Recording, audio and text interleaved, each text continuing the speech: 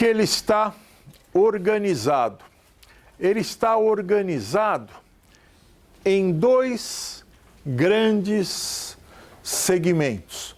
Nós temos, em primeiro lugar, um segmento que é normativo e nós temos um segmento de intermediação.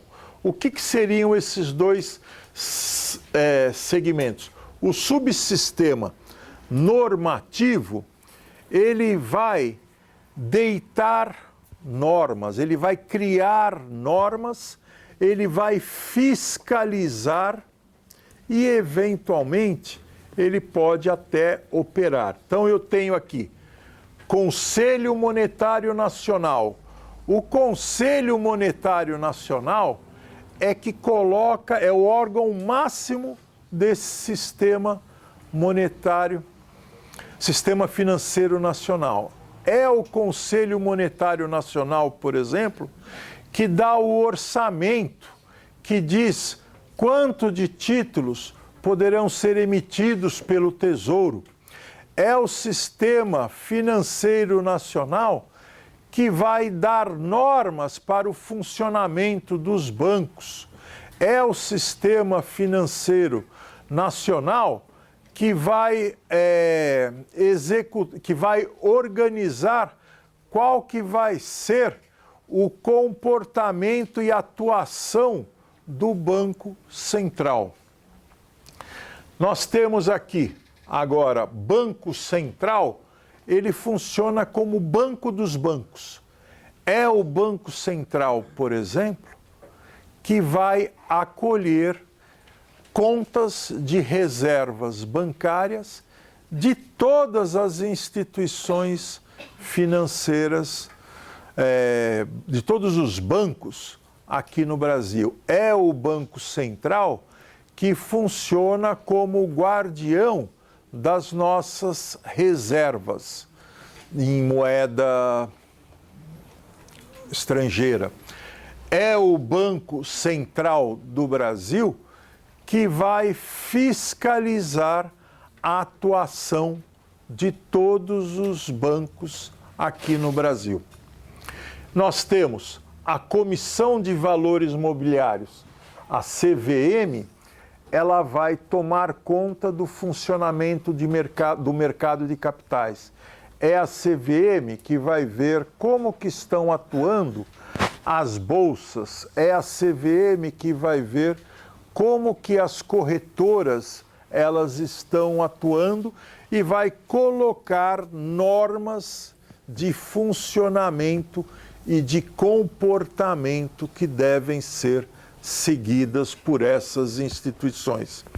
Nós temos aqui a SUSEP e a Secretaria de Previdência Complementar, a SUSEP acompanhando o funcionamento das empresas de seguro e a Secretaria de Previdência Complementar acompanhando o funcionamento dos fundos de previdência complementar, aqueles fundos que você investe, vai pagando ao longo da vida para você ter um complemento da sua aposentadoria. Então, nós temos aqui um conjunto de instituições que, basicamente, elas dão normas, elas fiscalizam o que está acontecendo. E nós temos aqui embaixo o sistema propriamente de intermediação, aquilo que eu falei, aonde nós vamos ter instituições no meio dos agentes que vão facilitar as operações. Nós temos os bancos, as caixas econômicas, as corretoras, as distribuidoras, as bolsas de valores, elas estão todas aqui dentro desse lado. Nós temos alguns agentes especiais, por exemplo,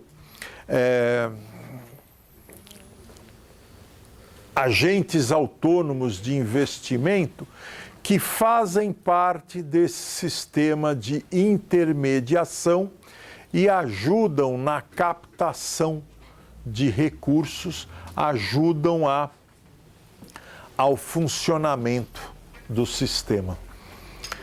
Por gentileza. Então, as instituições normativas, o sistema de intermediação. Nós temos aqui os bancos são de 4 tipos básicos: bancos comerciais, bancos múltiplos, bancos de investimento, bancos de desenvolvimento. Existe hoje uma outra figura que é o banco de câmbio, que só opera em operações de câmbio. A maior parte, vocês vão ver aqui daqui a um minuto, a maior parte das operações dos bancos, ou a grande parte dos bancos no Brasil, ela está classificada, esses bancos estão classificados como bancos múltiplos. O que seriam esses bancos múltiplos? São bancos que têm múltiplas atividades. Eles funcionam, por exemplo, como banco comercial, eles funcionam como financeiras, eles funcionam como sociedades de poupança e empréstimo. Antes da existência desses bancos múltiplos, para você executar todas essas operações, você precisava de ter empresas diferentes. O banco múltiplo, que ele resume, ele permite que um banco atue de diversas formas simultaneamente, ajuda essa operação. Bancos de investimento, eles têm como objetivo a captação e o fornecimento de recursos de médio e de longo prazo. Os bancos de desenvolvimento têm exatamente o mesmo objetivo, a única diferença entre o banco de investimento e o de desenvolvimento é da natureza do seu acionista controlador. Os bancos de desenvolvimento, eles são todos públicos. Exemplo de banco de desenvolvimento, o BNDES, o Banco da Amazônia, o Banco do Nordeste, são todos exemplos de bancos de desenvolvimento. Sistemas, o subsistema de intermediação, como eu falei, ele, além das instituições monetárias, por que você fala que são monetárias? Porque elas podem acolher depósitos em moeda. O banco, ele acolhe depósito em moeda, o que não acontece com essas outras instituições. Elas não abrem uma conta para eu depositar dinheiro numa corretora. Não existe isso numa distribuidora de títulos e valores mobiliários. Instituições auxiliares, as bolsas. Nós temos aqui no Brasil apenas uma grande bolsa, que é a BMF Bovespa, Bolsa de Mercadorias e Futuros. Por gentileza. Nós vamos perceber o seguinte: nos últimos 15 anos, de 2001 para cá, nós estamos observando uma grande concentração das instituições financeiras. O sistema financeiro nacional, ele está se concentrando. Não é que ele está diminuindo de tamanho.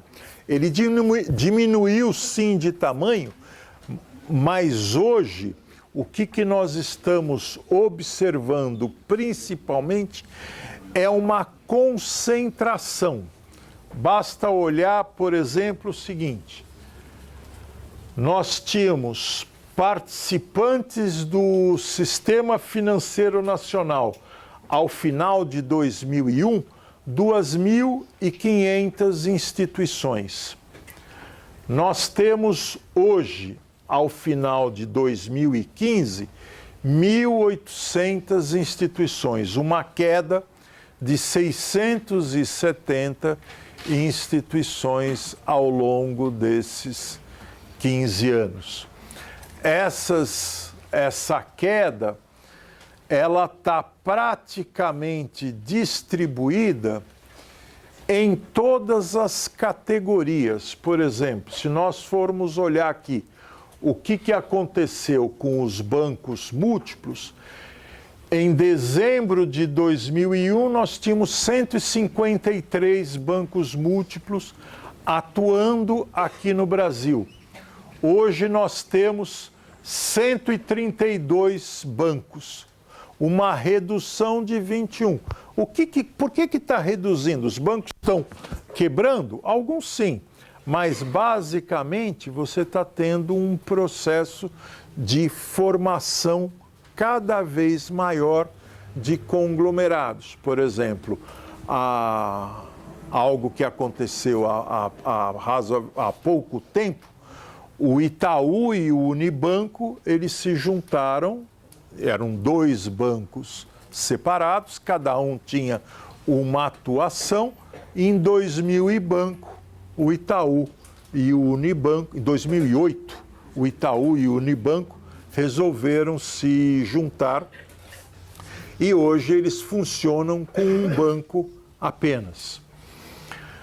Bancos comerciais, o banco comercial mais importante que nós temos aqui dentro do Brasil, o Banco do Brasil, ele ainda funciona como um banco comercial. Bancos de desenvolvimento basicamente se mantêm, é o BNDES, é o Banco do Nordeste, é o Banco da Amazônia e acho que é o Banco do Banco de Desenvolvimento do Extremo Sul. Caixa Econômica, nós tínhamos a Caixa Econômica do Estado de São Paulo, que depois virou banco, a nossa Caixa, nosso banco, mas aqui nós temos uma única caixa, que é a Caixa Econômica Federal. Há mais de 20 anos, a nossa Caixa, nosso banco, antes dela assumir esse nome, Nossa Caixa, Nosso Banco, ela atuava basicamente como uma caixa econômica. Bancos de investimento também tivemos queda, e a única coisa que surgiu aqui é essa instituição aqui, Banco de Câmbio, ela é uma das poucas que aparece. Sociedades de crédito, financiamento e investimento também cresceu ao longo do tempo. De resto, todas as outras estão diminuindo. Sociedades corretoras de títulos e valores mobiliários, distribuidoras de títulos e valores mobiliários, nós estamos tendo um enxugamento cada vez maior. Por que desse enxugamento?